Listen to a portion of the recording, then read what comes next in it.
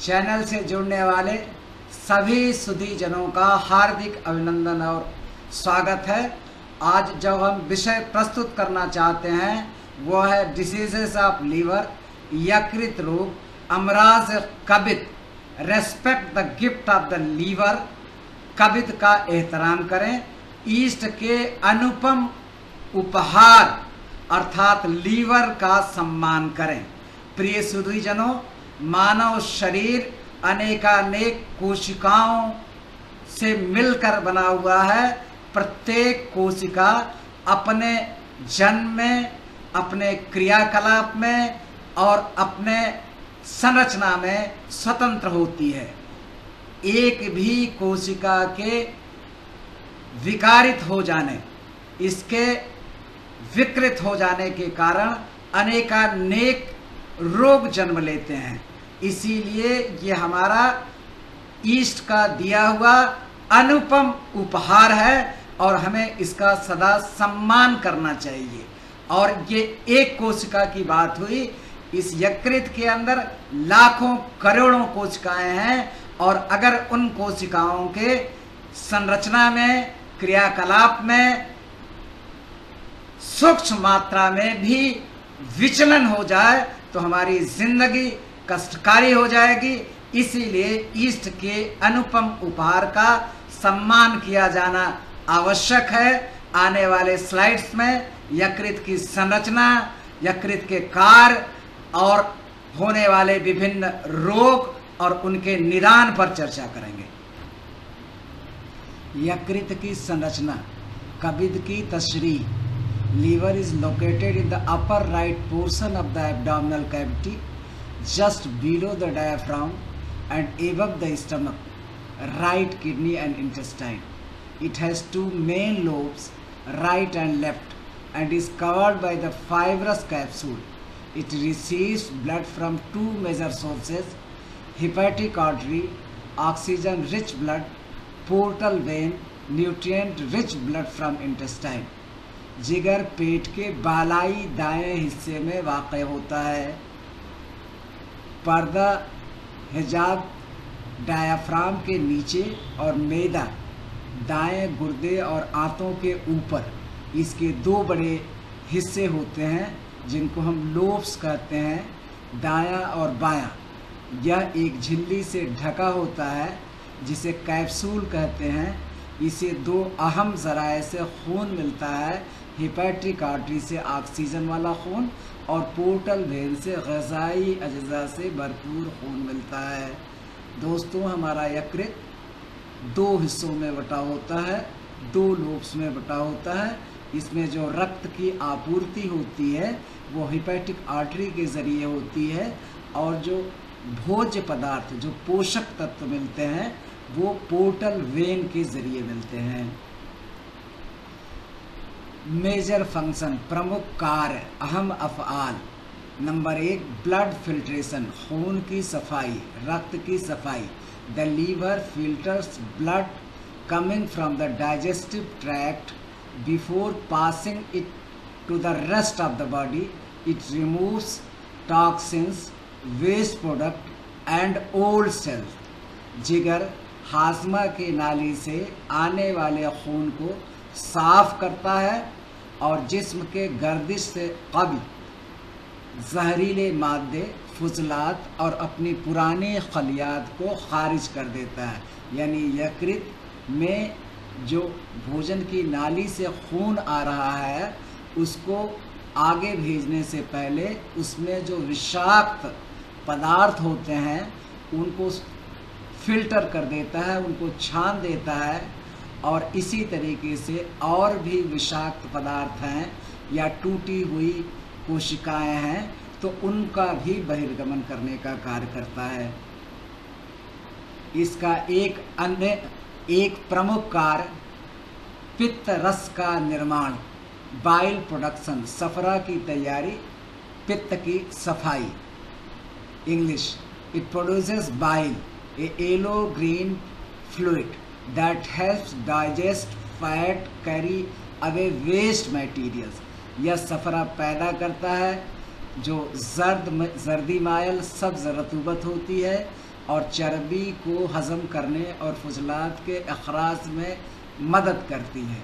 ये पित्त रस जो हम वसा युक्त खाद्य पदार्थ को आहार के रूप में शरीर के अंदर दाखिल करते हैं, लेते हैं, ग्रहण करते हैं, उसमें से जो विषाक्त पदार्थ है उनको बाहर करता है, और साथ ही ये पित्त रस जो वसा भोज पदार्थ में सम्मिलित है उसके डाइजेशन में काम आता है।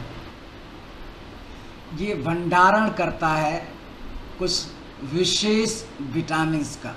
लीवर स्टोर्स विटामिन्स ए, डी, ई, के, B12, iron and glycogen, a form of stored glucose.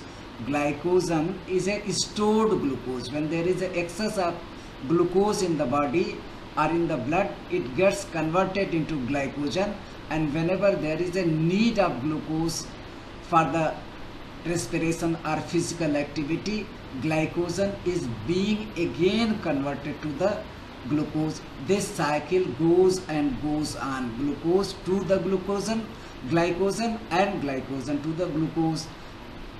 Metabolism, it regulates level of amino acids, fats, glucose in the blood. It converts excess glucose into glycogen and fat for storage. ऊपर आप पढ़ चुके हैं कि अगर अतिरिक्त glucose है glycogen के रूप में रूपांतरित करके भंडारित कर दिया जाता है। साथ ही ये अमीनो एसिड के स्तर को भी नियंत्रित करता है, और इसके अतिरिक्त ग्लूकोज को ग्लाइकोजन में परिवर्तित करने के साथ साथ वसा में भी समय अनुसार, आवश्यकता अनुसार परिवर्तित करके उसका भंडारण करता है। या खून में अमीनो एसिड, चर्बी और ग्लूकोज की मकदार को मुनज़्ज़म करता है। ज़ायद ग्लूकोज को ग्लाइकोजन या चर्बी में बदलकर महफूज कर देता। डिटॉक्सिफिकेशन या निर्विषीकरण, विष का जो हानिकारक है उसको बदल देता है, डिटॉक्सिफाई कर देता है। जहरीले मादों की सफाई, विषाक्त युक्त पदार्थों को निष्क्रिय करके अच्छे पदार्थों में परिवर्तित कर देता है। The liver detoxifies harmful substances such as alcohol, drugs and ammonia by converting them into harmless compounds. आज मानव कितना अल्कोहल कंज्यूम कर रहा है, यह हमें कुछ आत्मावलोकन और चिंतन करने की आवश्यकता है। ये हमारा यकृत ही है जो बर्दाश्त करता है और इसको डिटॉक्सिफाई करता है, विष रहित करता है, लेकिन इसकी एक सीमा है। जब रोज़ाना हम अल्कोहल का सुबह शाम इस्तेमाल करते हैं तो इसकी सीमा से ऊपर हो जाती है, जिसको कहते हैं अति सर्वत्र वर्जयी। जब सीमा का उल्लंघन होता है तो वो फिर हमारे लिए हानिकारक होता है और विभिन्न रोगों के उत्पत्ति का कारण बनता है। यकृत का अगला कार्य रक्त का भंडारण है। Liver holds about 1 point of body's blood at any given time.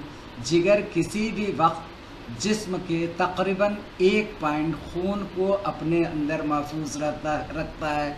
अगर 1 पॉइंट खून का अंदाज़ा कल्पना करना है तो जब आप ब्लड बैंक में जाते हैं वो आपसे 1 यूनिट खून लेते हैं, जो लगभग 450 ml के बराबर होता है। इतना खून सदा भंडारित रहता है हमारे यकृत के अंदर। क्लिनिकल सिग्निफिकेंस, तिब्बी अहमियत, damage to the liver from infections like hepatitis, alcohol, metabolic disorders can lead to cirrhosis, fatty liver or liver failure.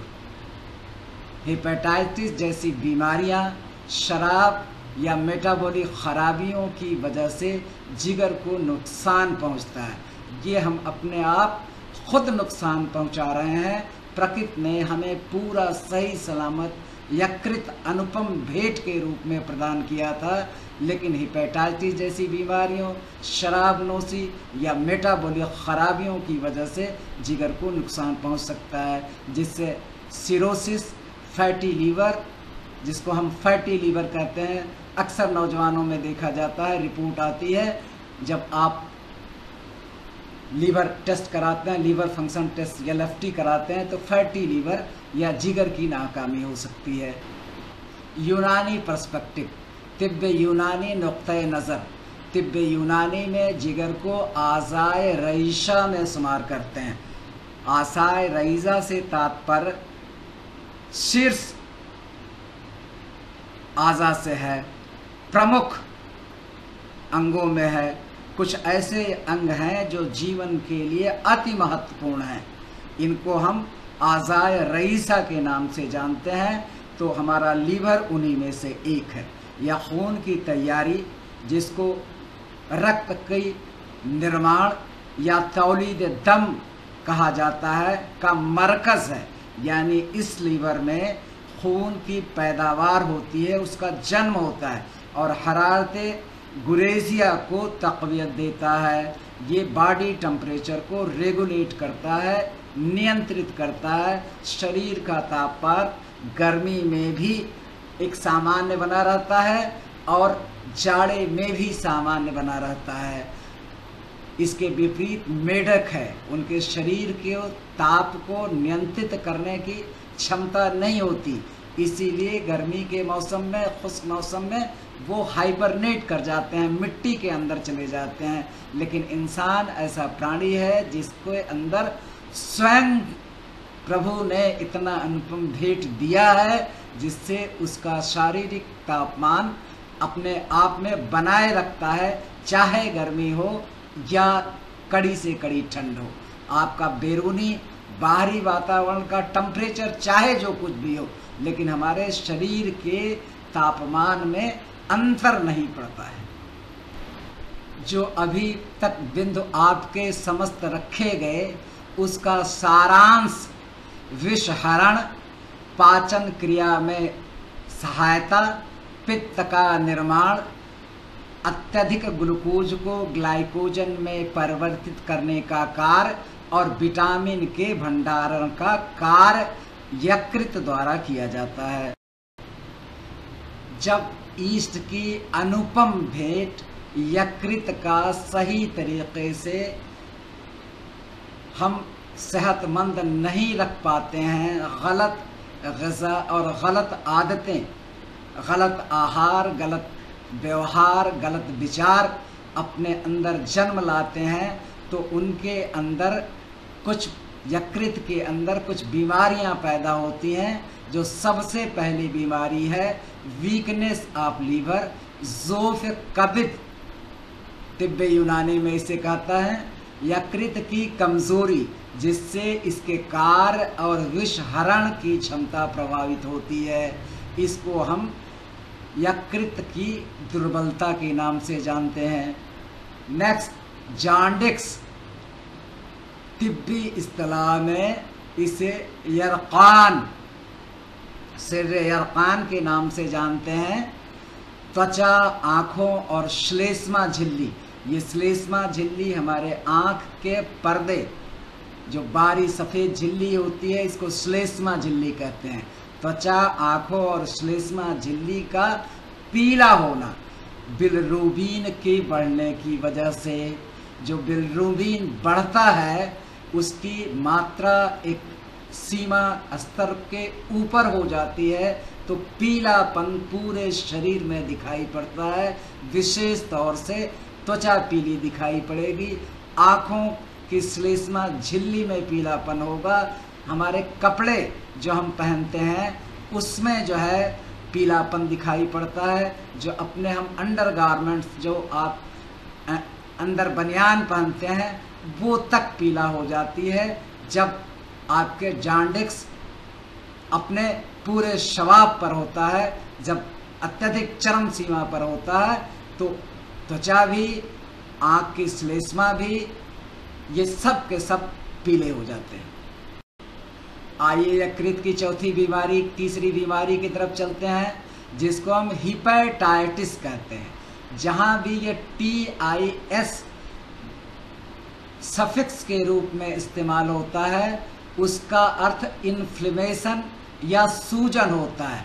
Nephritis, pancreatitis, cystitis, hepatitis, mastitis, सूजन, TIS is an indicator of inflammation in that part. Hepatitis similarly is the inflammation of the liver caused by viral infection, toxin or drugs. यकृत में सूजन जो virus, विष या दवाओं के कारण होती है, इसको हम हिपेटाइटिस के नाम से जानते हैं। ये विभिन्न प्रकार की होती है, ABCE, जिसका अलग अलग तरीके से कारण होता है और अलग अलग उसका निवारण होता है। अगली बीमारी हिपेटोमेगैली, इसमें यकृत बढ़ जाता है। Abnormal enlargement of the liver, कब्ज का गैर मामूली बढ़ जाना, यकृत का असामान्य रूप से बढ़ जाने की कैफियत के गुण को, के अवस्था को, यकृत का असामान्य रूप से बढ़ जाने की अवस्था को हम हिपेटोमेगैली के रूप में जानते हैं। नेक्स्ट बीमारी है cirrhosis, chronic liver damage leading to the fibrosis and impaired liver function. कब्ज की दायमी नुकसान से ज़ख्म और अफ़आल में कमी हो जाती है, फाइब्रोसिस हो जाती है, फाइबर सख्त हो जाते हैं, यकृत की पुरानी क्षति जिससे फाइब्रोसिस और कार्य करने की क्षमता कम हो जाती है, प्रभावित होती है, उसे हम सिरोसिस के नाम से जानते हैं। अगली बीमारी जिसका वर्णन किया गया, fatty liver, steatosis, excess fat accumulation in liver cell, potentially impairing function. जब लीवर फंक्शन टेस्ट कराया जाता है तो प्रायः रिपोर्ट में ये देखा गया है कि fatty liver, what is the meaning of the fatty liver? Excess fat accumulation, fat is being deposited, वसा की स्तर यकृत के ऊपर जमा हो जाती है, यकृत की कोशिकाओं में अत्यधिक वसा का जमाव होता है, कार्य यकृत का प्रभावित हो जाता है, इसको हम फैटी लीवर कहते हैं।